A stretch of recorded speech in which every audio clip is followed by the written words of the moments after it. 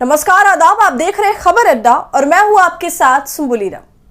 D Y Chandrachud दोस्तों, इन्होंने खुद से ही एक विवाद शुरू किया, ढेर सारी लाइमलाइट बटोरी और जब देखा कि मेरी तो जमकर आलोचना हो रही है चारों तरफ, तो खुद ही खुद को क्लीन चिट दे दी। अब चंद्रचूड़ बहुत जल्द ही रिटायर होने वाले हैं, 10 तारीख को वो रिटायर हो जाएंगे। साथ ही उन्हें भविष्य की भी चिंता है, इसलिए वो बात भी कह रहे हैं ये वाली कि इतिहास उन्हें कैसे याद रखेगा। और इसके लिए वो लगातार किसी ना किसी सभा में, किसी ना किसी प्रोग्राम में हाजिरी लगा रहे हैं, लाइमलाइट की रोशनी एंजॉय कर रहे हैं और अपने बयानों से सुर्खियां फिर से बटोर रहे हैं। जी हां, कल सीजीआई चंद्रचूड़ इंडियन एक्सप्रेस के एक प्रोग्राम एक्सप्रेस अड्डा में खास मेहमान के तौर पर शामिल हुए थे। यहां पर एंकर ने उससे वो हर सवाल पूछा जो एक तो उनके द्वारा बोला गया है और बाकी उन्हें लेकर जितने भी जजमेंट्स का विवाद है उस पर सवाल पूछा, मगर इन सभी बातों का जवाब उन्होंने गोल मोल अंदाज में दिया और कुछ बातों का तो जवाब ही नहीं दिया। कहा कि मैं इस तरह नाम नहीं ले सकता, मैं इस तरह बोल नहीं सकता। फिर आखिर में वो मुद्दा भी आ गया जिस मुद्दे को लेकर सीजीआई चंद्रचूड़ पर सीधा सीधा निशाना साधा जा रहा था, और वो था पीएम मोदी का सीजीआई के घर जाकर गणपति का पूजा करना और उसके बाद उस वीडियो का बाहर आना, वायरल होना।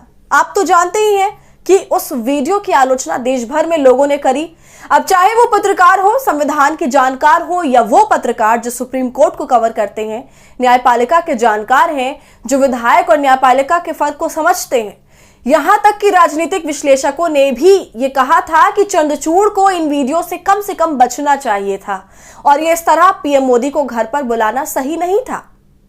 तो अब इस पूरे के पूरे मुद्दे पर चंद्रचूड़ साहब कुछ ज्यादा ही अब लग रहा है चिंतित हैं और अब वे इस पर लगातार सफाई भी दे रहे हैं। इन सभी मुद्दों पर वो खुलकर बोल रहे हैं, मगर अब ऐसा बोल रहे हैं कि उस पर भी सवाल खड़े होने शुरू हो गए हैं। वो तो मैं आपको आगे बताऊंगी, लेकिन पहले आप सुनिए कि चंद्रचूड़ ने पीएम मोदी के साथ गणपति पूजा वाले मामले पर क्या कहा है। सुनिए, मैं बताती हूँ। प्रधानमंत्री गणपति पूजा के लिए मेरे घर आए, इसमें कुछ भी गलत नहीं है, क्योंकि सामाजिक स्तर पर न्यायपालिका और कार्यपालिका से जुड़े व्यक्तियों के बीच निरंतर बैठक होती है। हम राष्ट्रपति भवन में गणतंत्र दिवस आदि पर मिलते हैं, हम प्रधानमंत्री और मंत्रियों से बात करते हैं। इस दौरान उन मामलों पर बात नहीं होती जिन पर हमें फैसला लेना होता है, बल्कि सामान्य रूप से जीवन और समाज से जुड़े मामलों पर बात होती है। तो सीजीआई चंद्रचूड़ ये कह रहे हैं कि इसमें तो कुछ भी नई बात नहीं है और ना ही ये गलत है। तो क्या हुआ अगर पीएम मोदी मेरे आवास पर आ गए? ऐसी मुलाकातें तो होती रहती हैं। हाँ, हमने भी माना कि ऐसी मुलाकात होती रहती है, लेकिन वो ऑफिशियल मुलाकातें होती है, कोई खास मौके पर ही ऐसी मुलाकात होती है। दोस्तों, अंदर खाने क्या होता है क्या नहीं होता ये तो मैं नहीं बता सकती, लेकिन इस तरह की जो मुलाकात थी वो अब तक के इतिहास में पहली बार हुई है और वो भी सार्वजनिक तौर पर सबके सामने। ऐसा लग रहा है शायद सीजीआई चंद्रचूड़ ये भूल गए हैं कि एक सरकारी कार्यक्रम में पीएम से मुलाकात करना और इस तरह निजी कार्यक्रम में मुलाकात करना, दोनों में बड़ा अंतर है, फर्क है। इसके बाद वो कहते हैं कि न्यायपालिका और कार्यपालिका के बीच संवाद बहुत जरूरी है। उन्होंने लोगों से अपील की कि जजों पर भरोसा रखें। जैसे चंद्रचूड़ ने कहा कि सच तो यह है कि जैसा कि मैंने कहा कि इस तरह की बातचीत में कभी कोई डील नहीं होती, इसलिए कृपया हम पर भरोसा रखें, हम कोई डील करने के लिए वहां नहीं है। फिर वो ये भी कहते हैं कि न्यायपालिका की स्वतंत्रता का मतलब ये नहीं कि अदालतें हमेशा सरकार के खिलाफ ही फैसला दें। बात तो सही है, हम तो ये भी नहीं कह रहे कि आप हर बार सरकार के पक्ष में फैसला दें, मगर जो आपने फैसले दिए हैं और उन्हें आधा अधूरा छोड़ा है, उन पर कोई ठोस कार्रवाई नहीं हुई, वो कई सवाल खड़े करता है। और रिटायरमेंट के समय इस तरह से केसेस के बारे में बात करना कितना सही है। दोस्तों, इस इंटरव्यू में डीवाई चंद्रचूड़ ने एक और बात कही है जिसकी खूब चर्चा हो रही है, जब उन्होंने अर्नब गोस्वामी का नाम लेते हुए कहा कि वो एक ऐसे जज हैं जिन्होंने A to Z यानी अर्नब गोस्वामी से लेकर मोहम्मद जुबैर तक को बेल दी है।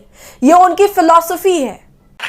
I've always said that I've granted bail from A to Z, from Arnab to Zubair.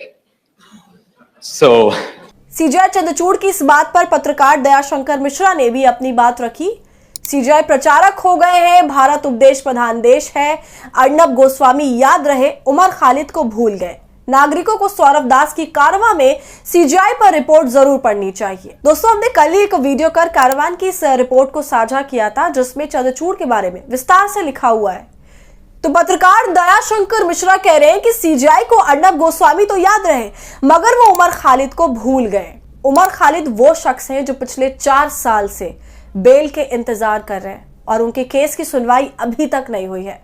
दोस्तों मैं आपको बता दूं, इस इंटरव्यू में chief justice of India DY Chandrachud से पूछा गया था कि हम दिल्ली दंगों और भीमा कोरेगांव जैसे मामलों और उमर खालिद की जमानत याचिका को देखते हैं, जिनमें जमानत याचिका लगातार खारिज हो रही है।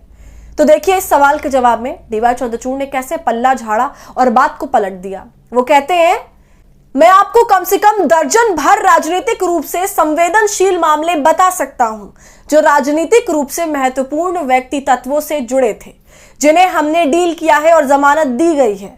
मैं बतौर चीफ जस्टिस ऐसे लोगों का नाम नहीं लेना चाहता। तो दोस्तों देख लिया आपने, ये हाल है। अब इस पर और क्या कहा जाए। एक तरफ तो जस्टिस चंद्रचूड़ खुद को क्लीन चिट भी दे रहे हैं, साथ में सरकार को भी दे रहे हैं, मगर सवालों से भाग भी रहे हैं, बातों को गोलमोल घुमा भी रहे हैं, लेकिन जनता सब समझ रही है।